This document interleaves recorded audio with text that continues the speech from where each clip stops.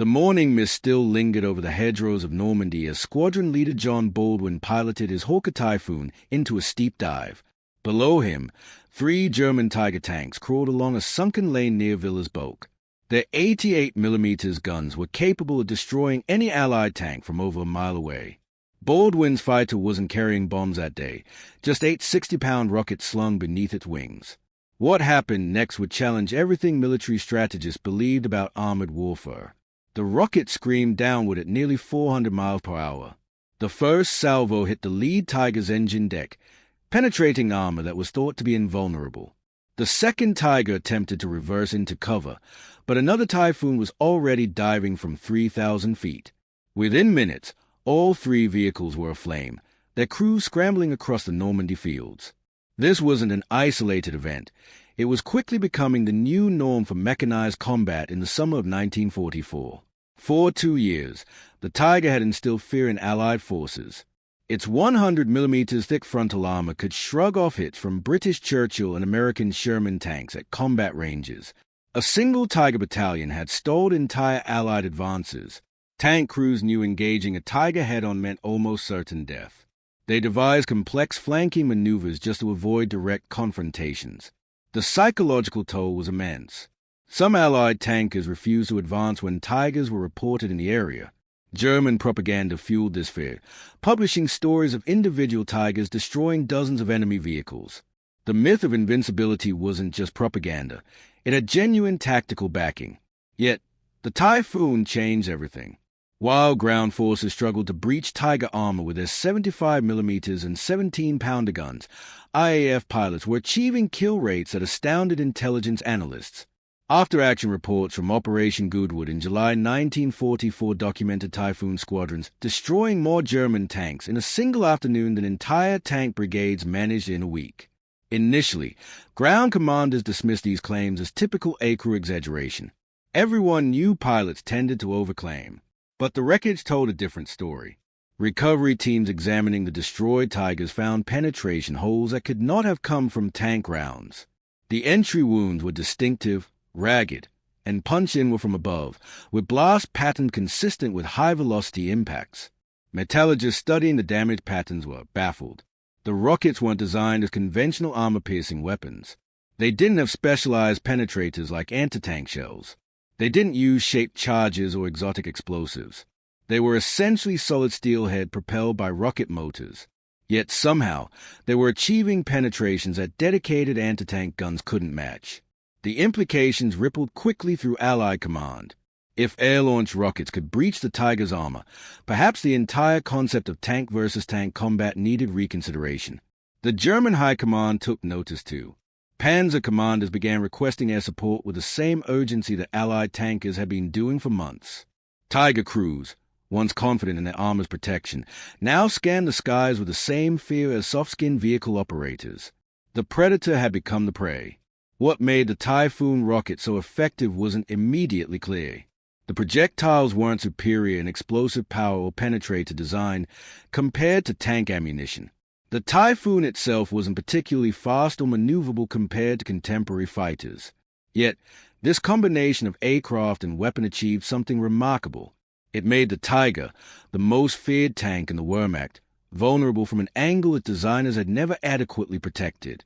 The Tiger's top and rear armor measured just 25mm in places, a fraction of its frontal armor. Gravity and geometry gave the diving Typhoon access to these weak points, angles that ground-based guns could never exploit. The myth wasn't just shattered. It was burned, twisted, and left smoking in French ditches for all to see. The Hawker Typhoon Mark 1B carried 8 RP-3 rockets in 2 groups of 4, mounted on reinforced rails beneath each wing. Each rocket was made up of 3 primary components: a 3-inch diameter steel tube containing solid propellant, a stabilizing fin assembly, and the warhead. The Royal Aircraft Establishment at Farnborough had developed this system in 1942 when Britain needed ground attack weapons that didn't rely on the precision of dive bombing. Engineers settled on a design that prioritized simplicity. The cordite rocket motor burned for about 2 seconds, accelerating a 60-pound warhead to around 1,500 feet per second at launch. The warhead came in several variants, but the Mark 8 semi-armor-piercing type proved the most effective against tanks. Unlike conventional armor-piercing shells with pointed penetrators, the Mark 8 had a blunt steel nose with a small explosive charge behind it. This design seems counterintuitive. Conventional wisdom held that sharp-nosed projectiles penetrated better. Yet testing the proof and experimental establishment revealed something unexpected. At high velocities, this blunt-nosed warhead caused more damage than anyone anticipated. The impact angles typical of a diving rocket attack meant that the blunt nose of the Typhoon rocket transferred kinetic energy more efficiently into the target. The mass of solid steel, around 25 pounds in the warhead alone, acted as a penetrator, bypassing the need for shaped charges or hardened tips. Mounting these weapons on the Typhoon required considerable structural modifications. The additional weight and drag from the rocket rails reduced the aircraft's top speed by nearly 15 miles per hour when fully loaded. The Typhoon's thick wings, initially designed for high-speed operations at low altitudes, provided the necessary strength to handle the stresses of firing. When a pilot pressed a firing button, electrical impulses traveled through armor cables, igniting the rocket motors. The firing sequence could be set for single shots, pairs, or full salvos. Most pilots preferred ripple firing, releasing rockets in quick succession rather than all at once. This technique helped compensate for aiming errors and increase the chances of hitting the target. The propellant chemistry was rudimentary by modern standards, generating huge thrust but also producing a massive smoke trail that revealed the Typhoon's position to every anti-aircraft gunner within miles. The burn wasn't always consistent either. Variations in manufacturing meant that individual rockets could deviate several degrees from their intended trajectory. At launch ranges of 1,000 yards, typical for anti-tank attacks, this could lead to missed distances of 30 to 40 feet. Given that a Tiger tank was about 20 feet long, these margins of error were critical. Flight stability relied entirely on the four tail fins welded to the rocket's motor tube. These fins imparted a slight spin, improving accuracy through a gyroscopic effect. However, the spin rate was far lower than that of rifled artillery shells, making the RP-3 more sensitive to crosswinds and atmospheric conditions. Pilots learned the hard way that firing above 2,000 feet altitude or outside specific speed ranges led to wild misses. The weapon required precise flying at moments when enemy fire was most intense. The entire rocket system weighed nearly 500 pounds when fully loaded, equivalent to carrying an extra passenger. This weight, mounted far out on the wings, affected the Typhoon's handling. Pilots reported that the aircraft felt sluggish in turns when armed, although straight-line stability actually improved. Ground crews could reload all 8 rockets in around 20 minutes, assuming ammunition was available. Forward airfields in Normandy often had limited rocket stocks, forcing squadrons to fly with reduced loads. Despite its simplicity, the system proved reliable. Unlike bombs, which require complex fusing mechanisms, or guns with intricate feeding systems, the rockets either fired or didn't. Electrical failures occasionally prevented ignition, leaving pilots with uneven loads that made formation flying hazardous. Even more dangerous were hung rockets that ignited during landing approaches, though such occurrences were rare. The biggest concern was accidental ignition from battle damage. A single rifle-caliber bullet hitting a loaded rocket could detonate the entire rail assembly. What made this weapon particularly suited to the Typhoon was the aircraft's ability to absorb punishment while delivering its payload.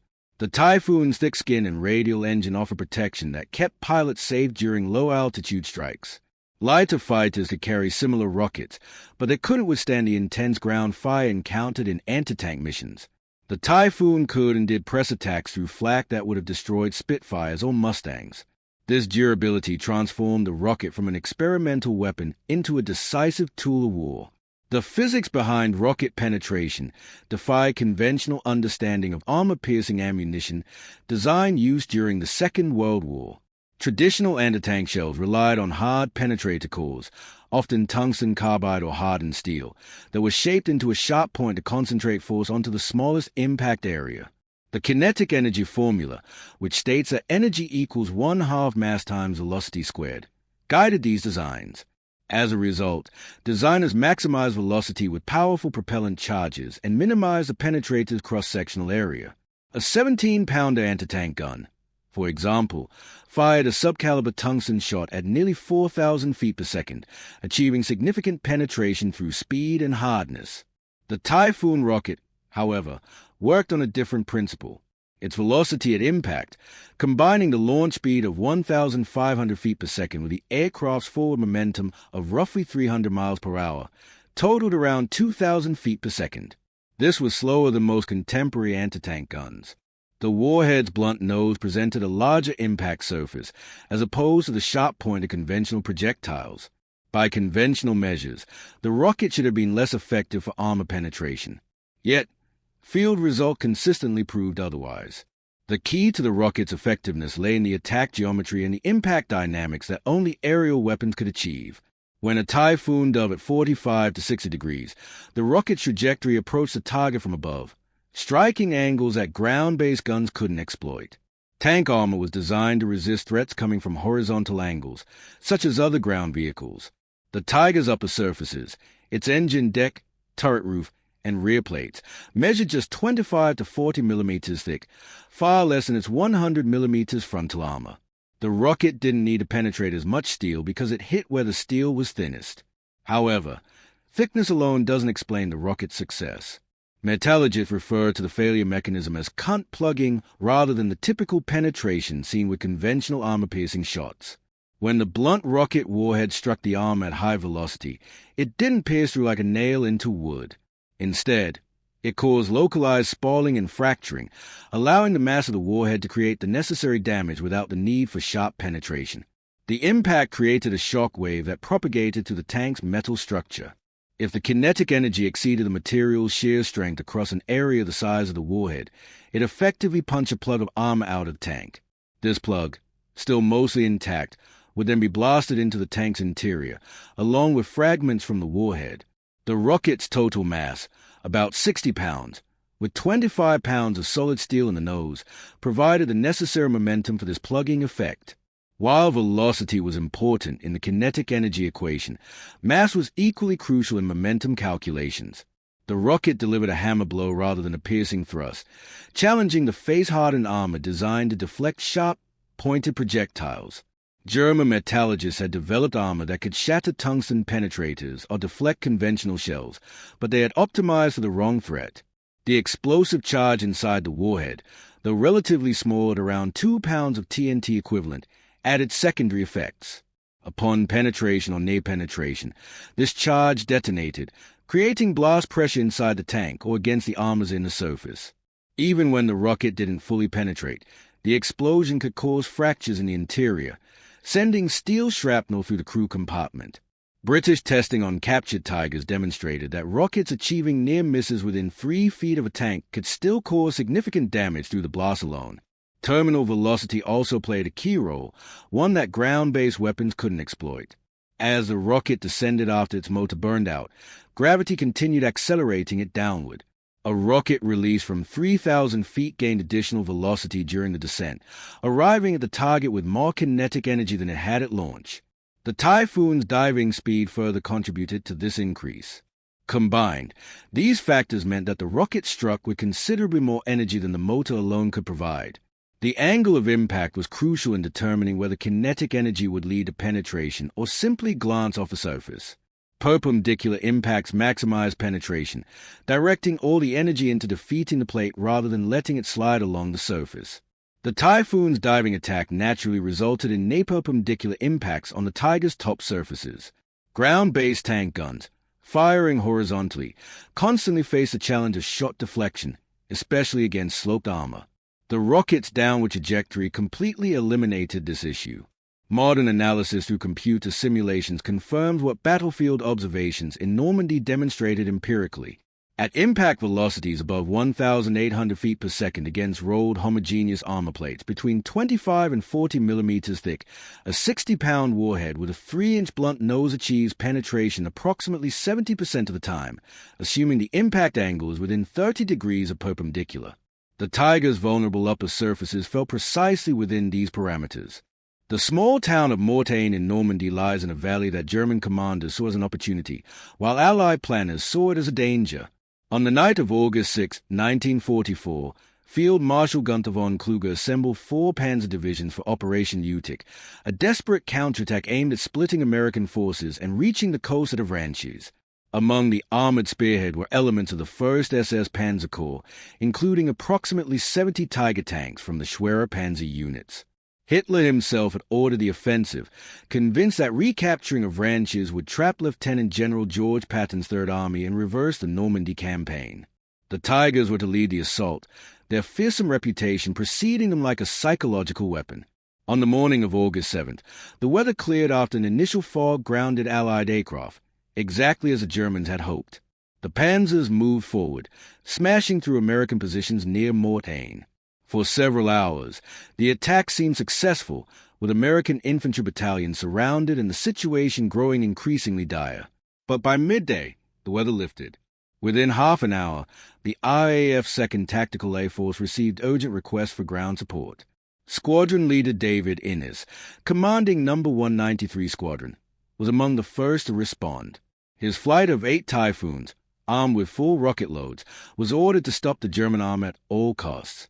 Innes' combat report from that evening described the chaos unfolding below.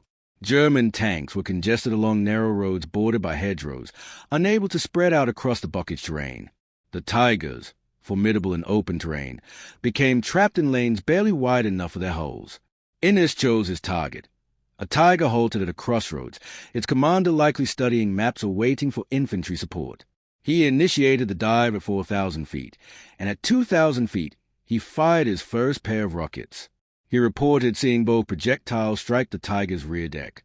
Secondary explosions followed almost immediately, likely from ammunition or fuel igniting. The attacks continued throughout the afternoon. Typhoon squadrons from 5 bases flew relay missions, with aircraft arriving over Mortain almost continuously. No. 197 Squadron claimed 6 Tigers destroyed in a single sortie. No. 266 Squadron reported attacking a column of mixed armor and claimed 9 kills, including 3 Tigers identified by their distinctive hull shape and size. The cumulative effect was devastating. By evening, reconnaissance teams confirmed that the once mighty German armor had been decimated. Photographs showed at least 15 Tigers abandoned or burning along a 3-mile stretch of road. Some images revealed catastrophic turret displacement, evidence of internal ammunition explosions triggered by rocket impacts. German records partially corroborate these claims, though exact numbers are disputed. The war diary of the 2nd Panzer Division notes severe losses due to heavy aircraft attacks. The 1st SS Panzer Corps reported that the Schwerer Panzer Unit, which started August 7th with 23 operational Tigers, was left with only 9 serviceable tanks by evening. Not all losses were due to rocket attacks. Some Tigers were abandoned after mechanical failures, and others were destroyed by their crews when recovery seemed impossible under constant air assault. However, the primary cause of catastrophic damage was clearly the aerial rockets. The tactical implications were immediate. German commanders trying to coordinate the counterattack found their communications disrupted as command vehicles were destroyed. Tiger platoon leaders, who typically directed fire from cover positions, were now forced to keep their tanks moving to avoid becoming stationary targets. This constant movement reduced their effectiveness against American ground forces, while making them more visible to circling Typhoons. The psychological impact was profound. Panzer crews, who had operated with near impunity for years, now experienced what Allied tankers had endured, the terror of being hunted by a superior predator. American ground forces, initially under heavy pressure and on the brink of being overrun, noticed a shift in German behavior by mid-afternoon. Enemy tanks that had been aggressively advancing suddenly became cautious, only moving when air cover was available and clustering near buildings or tree lines. The momentum of the offensive evaporated. By August 8th, Operation Utic had clearly failed. The Schwerer Panzer units, already understrength, had been so decimated that they could no longer sustain offensive operations. Hitler's gamble had not only failed, but it had also weakened the very forces needed to prevent the encirclement of German armies in Normandy. Post-battle analysis by Allied operational research teams examined the Mortain engagement in detail. They interviewed pilots, studied gun camera footage, and inspected wrecks. Their conclusion confirmed what air crews had reported. Rockets fired from diving Typhoons could reliably disable or destroy Tiger tanks under combat conditions. The study noted that approximately 40% of rockets fired achieved hits or near misses close enough to cause damage. Of those hits, roughly 60% resulted in catastrophic kills, fires, explosions, or penetrations that rendered the vehicle inoperable. These figures represented a dramatic improvement over conventional bombing, where hit probabilities against individual tanks rarely exceeded 10%. The Files pocket became a killing ground unlike anything seen in the Western European theater. By mid-August 1944, German forces in Normandy were trapped in a shrinking salient between advancing American, British, and Canadian armies. The narrow gap near the towns of Falaise and Argentan represented the only escape route for two entire German field armies, perhaps 100,000 men in the remnants of 5 panzer divisions. Among those trapped units were surviving Tigers from multiple Schwerer panzer battalions, including those that had escaped Mortain with their vehicles intact. The terrain funneled everything into narrow corridors where roads crossed the Dives River.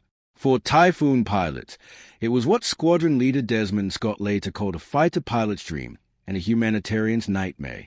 August 18th marked the most intense day of aerial assault. Weather conditions were nearly perfect: clear skies, excellent visibility, and light winds. The gap had narrowed to approximately 8 miles, and German commanders were desperately trying to push their remaining armor through before encirclement became complete.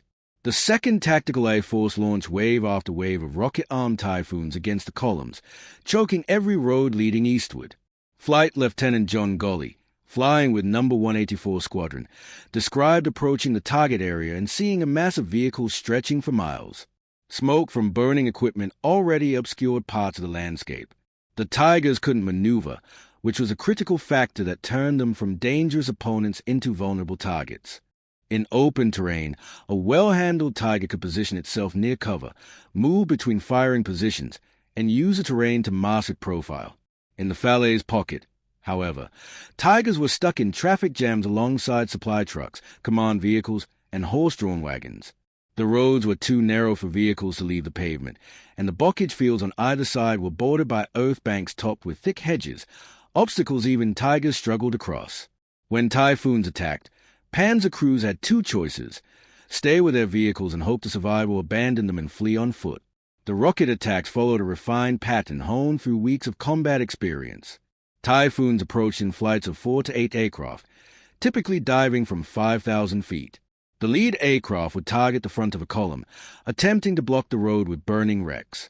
Subsequent aircraft would target vehicles further along the line, picking off those still moving or trying to evade the attack.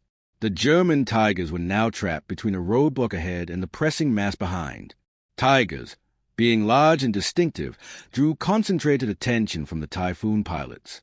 They knew that destroying a Tiger not only eliminated a significant threat, but also created a major obstacle. A 60-ton wreck was almost impossible to shift without heavy recovery equipment. Squadron Leader Scott's detailed account describes attacking a Tiger attempting to reverse away from a burning column. His first pair of rockets missed, hitting the road surface and causing explosions that obscured his view. On his second pass, approaching from a different angle, he fired his remaining 6 rockets in a ripple. He observed at least 2 hits on the turret and hull roof. The Tiger stopped moving, though whether due to crew abandonment or catastrophic damage, Scott couldn't determine. He noted that many Tigers showed white flags or had crews bailing out even before rockets hit.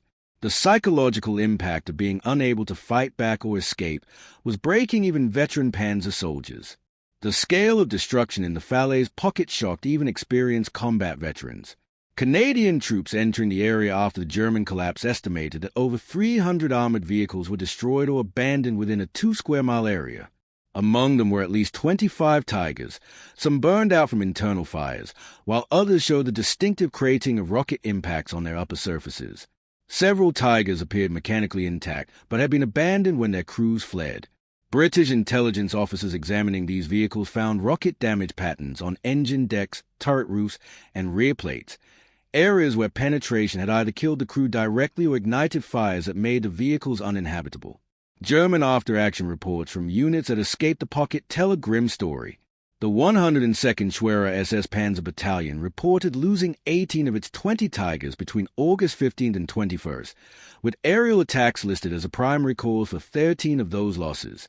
The 303rd Schwerer Panzer Battalion reported 16 Tigers lost, 11 of which were to air attacks. These were not exaggerated Allied claims, but German admissions of catastrophic defeat. Officers noted that even when Tiger survived individual attacks, cumulative damage from near misses, fragments, and blast effects eventually rendered them inoperable. The confined terrain did more than prevent escape. It created optimal conditions for rocket accuracy. Pilots could predict exactly where the targets would be since vehicles couldn't deviate from the roads. The constant stream of traffic meant that even misses against one vehicle might strike another. The psychological pressure on German crews was immense and cumulative. Knowing that aircraft would return every few minutes, that escape was impossible, and that their armor couldn't protect them from above created what modern psychologists would recognize as learned helplessness. Many crews simply abandoned their Tigers and fled rather than wait for the inevitable attack. German tank design had evolved through years of combat on the Eastern Front, where the primary threat came from Soviet anti-tank guns and T-34 tanks firing from ranges of 500 to 1,500 meters. Every aspect of the Tiger's armor reflected this reality. The frontal glacis received 100 millimeters of face-hardened steel set at a slight angle to encourage deflection. The turret front measured 120 millimeters, thick enough to resist even the Soviet 85 millimeters gun at combat distances. Side armor was 80 millimeters thick, protecting against flanking shots from medium tanks. This protection made the Tiger virtually invulnerable from the front and highly resistant from the sides. However, the top surfaces were a different story. The engine deck, a large flat area above the Maybach power plant, consisted of 25 millimeters plates. The turret roof measured just 28 millimeters. The rear plates, protecting the transmission and final drives, averaged 40 millimeters. These thicknesses weren't arbitrary. They reflected calculated weight compromises. The Tiger already weighed 56 tons, straining German bridge-building capabilities and complicating strategic movement by rail. Every additional millimeter of armor meant more weight, slower speed, higher fuel consumption, and greater mechanical stress. Designers at Henschel, the Tiger's manufacturer, made what seemed like rational decisions, prioritizing protection against likely threats and accepting vulnerability to unlikely ones. The Eastern Front experience reinforced these priorities. Soviet air power in 1942 and 1943 posed minimal threat to German armor.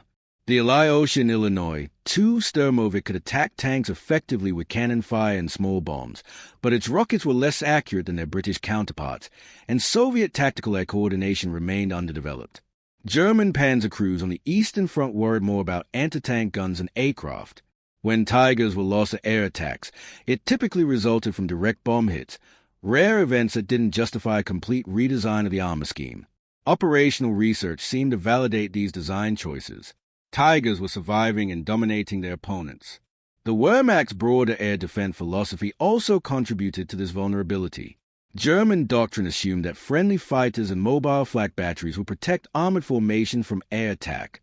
The Luftwaffe had demonstrated their superiority in Poland, France, and the early Eastern campaigns. Panzer divisions included dedicated flak battalions with 88 mm guns and quad 20 mm mounts specifically designed to protect against aircraft. In theory, these systems would destroy attacking aircraft before they could pose a threat to tanks. The Tiger's designers, therefore, focus on ground-based threats, assuming that air threats would be neutralized by other means. This assumption collapsed in Normandy. Allied aircraft proved more accurate and persistent than the Luftwaffe had anticipated.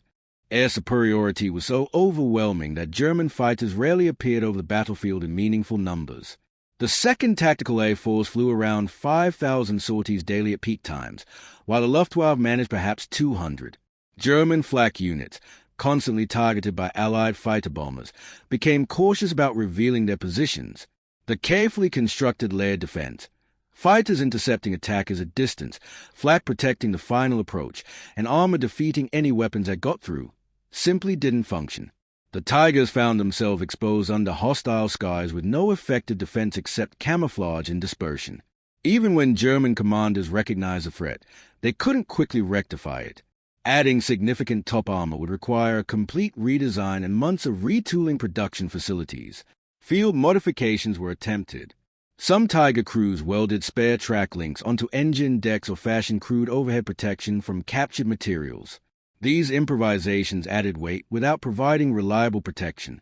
Track links, being narrow and spaced, left gaps, and the improvised plates were often made from mild steel that couldn't resist rocket impacts. The modifications also interfered with engine cooling and complicated maintenance. Most crews eventually removed them. The Tiger II, introduced in late 1944, featured improved top armor, 40 mm on the engine deck and 44 mm on the turret roof. This nearly doubled the protection of the original Tiger, but even these thicknesses proved insufficient against diving rocket attacks. British tests on captured Tiger II hulks showed that RP-3 rockets could still penetrate the improved armor at favorable angles. The fundamental problem couldn't be solved by incremental armor increases. Genuine immunity to rocket attacks would require 70 to 80 millimeters of top armor, adding 15 tons to the vehicle's weight and making it too heavy to remain tactically mobile. The doctrinal implications went deeper than just armor thickness. German tank tactics emphasized offensive action and aggressive maneuver, philosophies developed under the assumption of friendly air superiority. Panzer commanders were trained to concentrate forces for breakthrough operations, massing firepower at decisive points and exploiting breakthroughs with rapid advances. These tactics, however, created conditions that made Tigers vulnerable to air attacks, concentrations of vehicles on roads, formations clustered near objectives, and tanks exposed in open ground during advances. Dispersing would reduce vulnerability to air attack, but it would also dilute combat power and make coordination difficult. German commanders thus faced an impossible choice: concentrate and be destroyed by air attacks, or disperse and lose tactical effectiveness. The Typhoon pilot's approach to a Tiger tank began miles away from the attack itself, with careful observation of the battlefield and calculation of wind, altitude, and target position.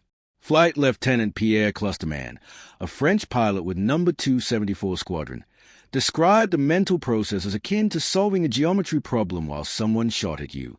The aircraft had to reach a precise position in three-dimensional space with a correct altitude, speed, and angle, all while the target potentially moved and anti-aircraft fire streaked upward.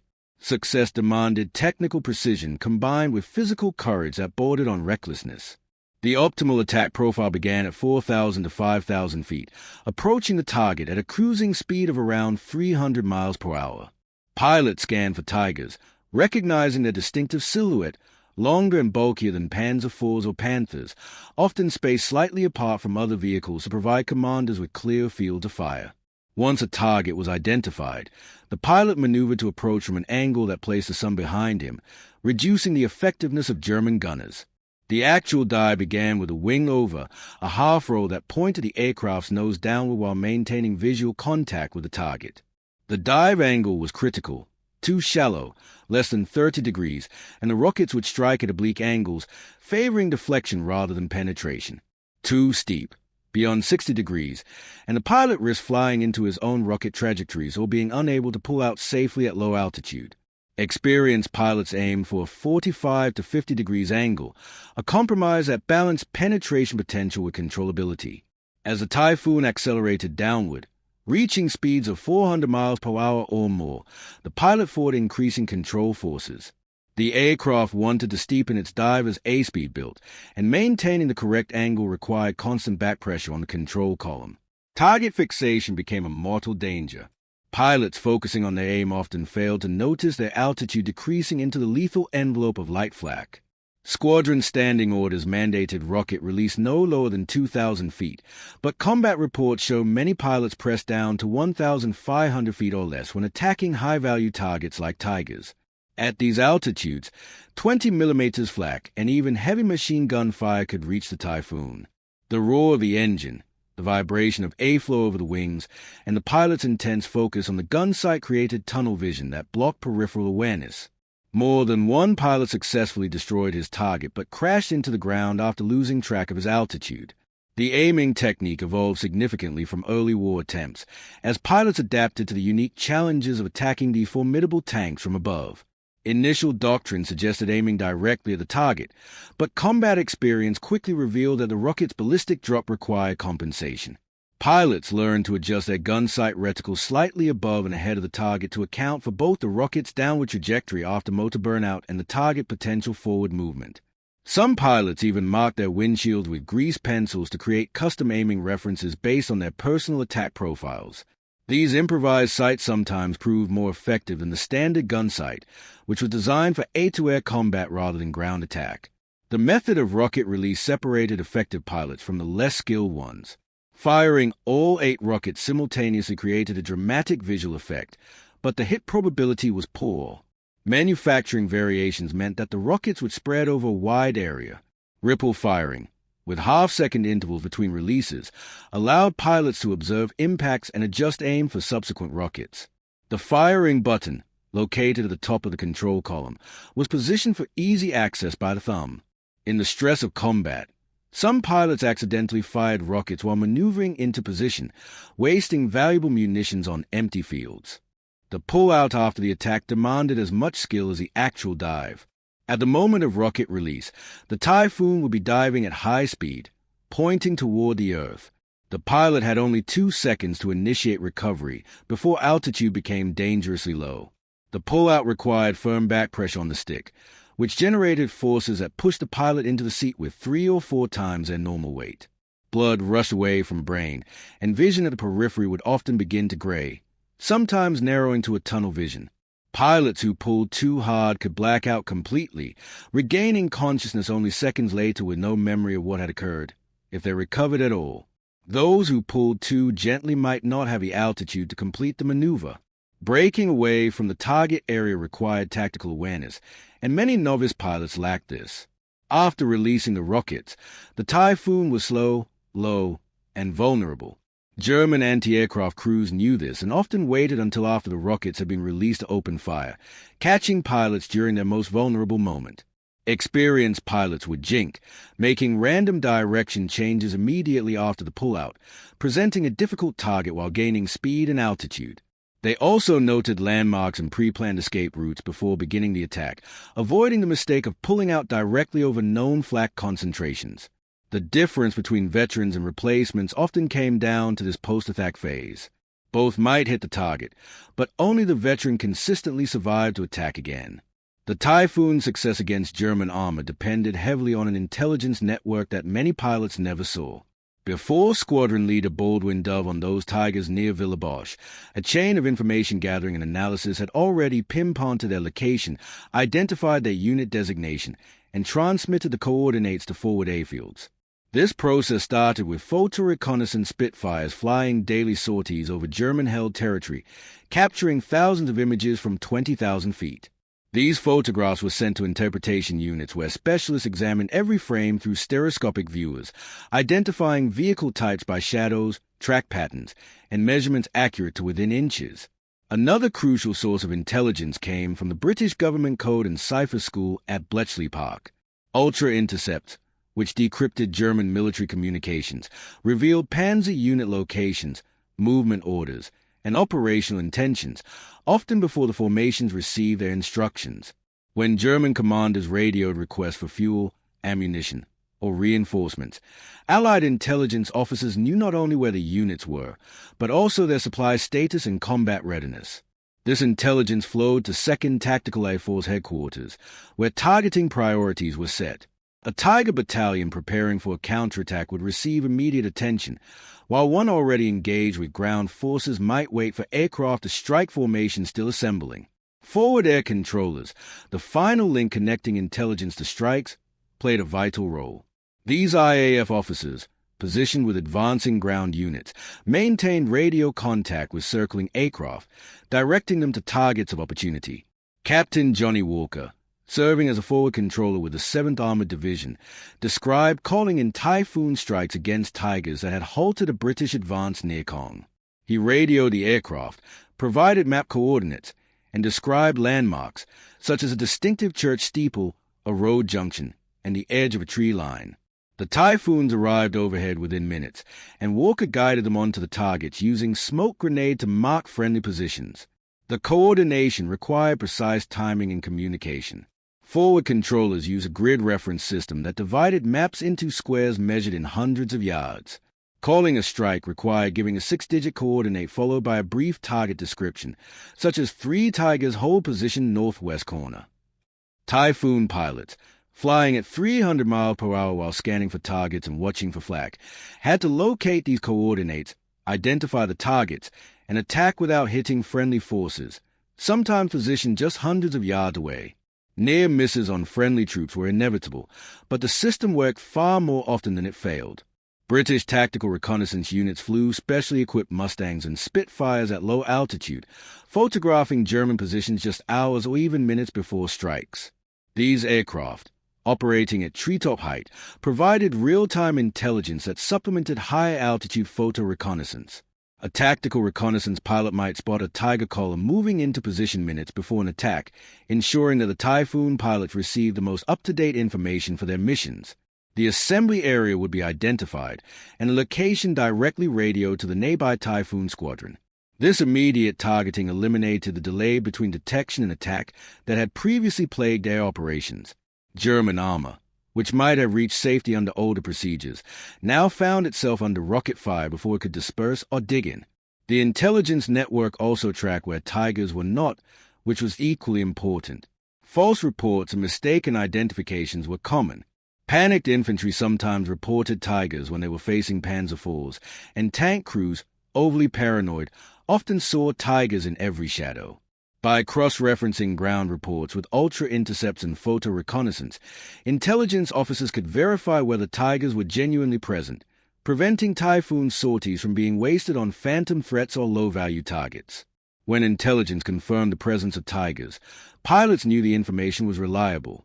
Luftwaffe monitoring stations tracked Allied radio frequencies, sometimes intercepting forward air controller transmissions. German units quickly moved whenever they suspected their positions had been compromised. This cat-and-mouse game forced continuous adaptation.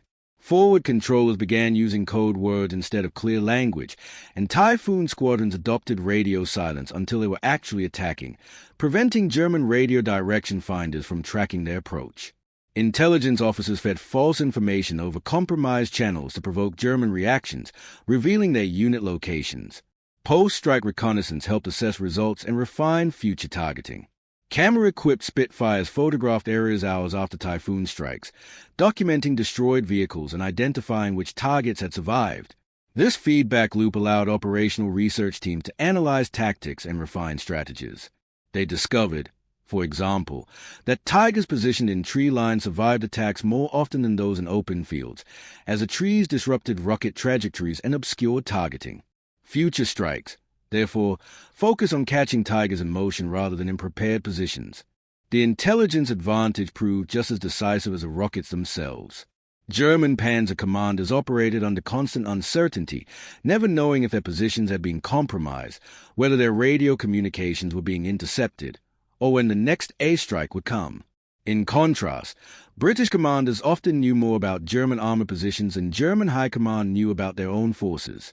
This asymmetry meant that even when Tigers survived individual attacks, they could rarely operate effectively. The intelligence network ensured that they were constantly found, repeatedly attacked, and given no time to reorganize or repair. The Falaise pocket closed on August 21, 1944, trapping 50,000 German soldiers and destroying equipment that could never be replaced. Among the key lessons learned from the Normandy campaign, one stood out. Tanks could no longer be designed solely to fight other tanks. The vulnerability of Tigers and other German armor to air-launched rockets forced a fundamental reassessment of armored warfare that would shape military design for decades. The Soviet Union, having observed Allied rocket attacks through intelligence reports and liaison officers, immediately accelerated the development of air-to-ground rockets for the Ilyushin Illinois II Sturmovik. American Ordnance Department studied British rocket designs and began fitting similar weapons to their own fighter bombers. Post-war tank development unmistakably reflected these lessons. The Soviet T-54, entering production in 1947, featured 90mm turret roof armor, more than triple protection of the Tiger's armor. British designers working on the Centurion tank specified 51mm top armor, accepting the weight penalty as necessary for survival. American engineers developing the M48 pattern incorporated similar thinking, prioritizing all-around protection rather than focusing exclusively on frontal immunity. These increases were not arbitrary. They reflected specific calculations about the threat posed by rocket-armed aircraft, which had proven their lethality in Normandy. Doctrinal changes went deeper than just armor thickness. Post-war military theorists recognized that armored formations required integrated air defense in ways previously underestimated. The Wehrmacht had flak units, but their equipment and deployment had proven inadequate against determined fighter bomber attacks. Soviet armored divisions incorporated dedicated surface-to-air missile batteries by the 1960s, a direct response to the threat that decimated German panzers. NATO forces developed the concept of combined arms air defense, ensuring that no tank battalion operated without accompanying anti-aircraft protection. The Typhoon's success had demonstrated that armor without air cover was simply expensive wreckage waiting to happen. Tactical doctrine evolved to incorporate air threat awareness into every aspect of armored operations. Modern tank commanders are trained to consider air attack as primary a threat as enemy tanks. Route planning now accounts for air vulnerability, avoiding natural choke points where aircraft can trap formations, maintaining dispersion to reduce target density, and timing movements to exploit weather conditions that ground enemy aircraft. These practices stem directly from German experiences in Normandy, where failure to account for air power led to devastating consequences. The catastrophic losses suffered during the Mortain counterattack and the subsequent encirclement serve as case studies in what happens when ground commanders ignore the third dimension of warfare. The psychological impact on armored warfare was equally profound. The Tiger represented an extreme philosophy: make the tank invulnerable in its primary combat role and accept vulnerabilities elsewhere. Its failure under the skies of Normandy revealed the limits of this specialization. Modern main battle tanks take a more balanced approach, offering protection against a variety of threats rather than near invulnerability to a single danger. Tanks like the Challenger, Leopard, and Abrams incorporate top armor capable of defeating most air-launched weapons, active protection systems designed to intercept incoming projectiles, and tactical doctrines that emphasize integrated air defense. These features increase weight, cost, and complexity, but they reflect a reality the Tiger's designers did not foresee. The enemy gets a vote in how combat unfolds. Aviation technology evolved in response to this as well. The Typhoon's rockets were effective but crude. Today's air-to-ground missiles are equipped with laser guidance, imaging seekers, and tandem warheads specifically engineered to defeat reactive armor. Attack helicopters carrying anti-tank missiles are direct descendant of the concept pioneered by the Typhoon, using aircraft to target armor from angles that ground-based weapons cannot exploit. The American AH-64 Apache and the Soviet Mi-24 Hind are sophisticated successors to the rocket-armed Typhoon, purpose-built to destroy tanks from above. The intelligence revolution that began in Normandy continued to accelerate. Modern militaries now assume enemy positions will be detected, movement will be tracked, and targeting information will be nearly instantaneous. Satellite reconnaissance, drone surveillance, signals intelligence, and data fusion systems provide comprehensive battlefield awareness that the 2nd Tactical Air Force could only approximate. This intelligence infrastructure exists partly because Normandy demonstrated its value. The Typhoon pilots who destroyed Tigers did so because intelligence put them in the right place at the right time with accurate targeting data. Perhaps most significantly, the Typhoon's success validated air power as a dominant force in land warfare. Before Normandy, air forces supported ground operations but were rarely decisive on their own. The destruction of German armored units in France showed that air power could achieve strategic results independently. This realization shaped defense spending, force structure, and military doctrine. For generations, nations invested heavily in tactical air forces, developed advanced ground attack aircraft, and built doctrines around achieving air superiority as a prerequisite for successful ground operations. The Tiger tank itself became a symbol of flawed design philosophy. It thrived when conditions favored its strengths, but collapsed when confronted by threats its designers had not anticipated. Modern military engineering prioritizes adaptability and resilience across various threat scenarios, rather than optimizing for a single combat environment. The lessons learned from the Tiger are broader than just tank design. They highlight the dangers of preparing for the last war instead of the next one, and the folly of assuming the enemy will cooperate by presenting only the threats you are designed to counter. The Tiger was a formidable weapon, but it was defeated not by superior tanks, but by an entirely different approach to warfare.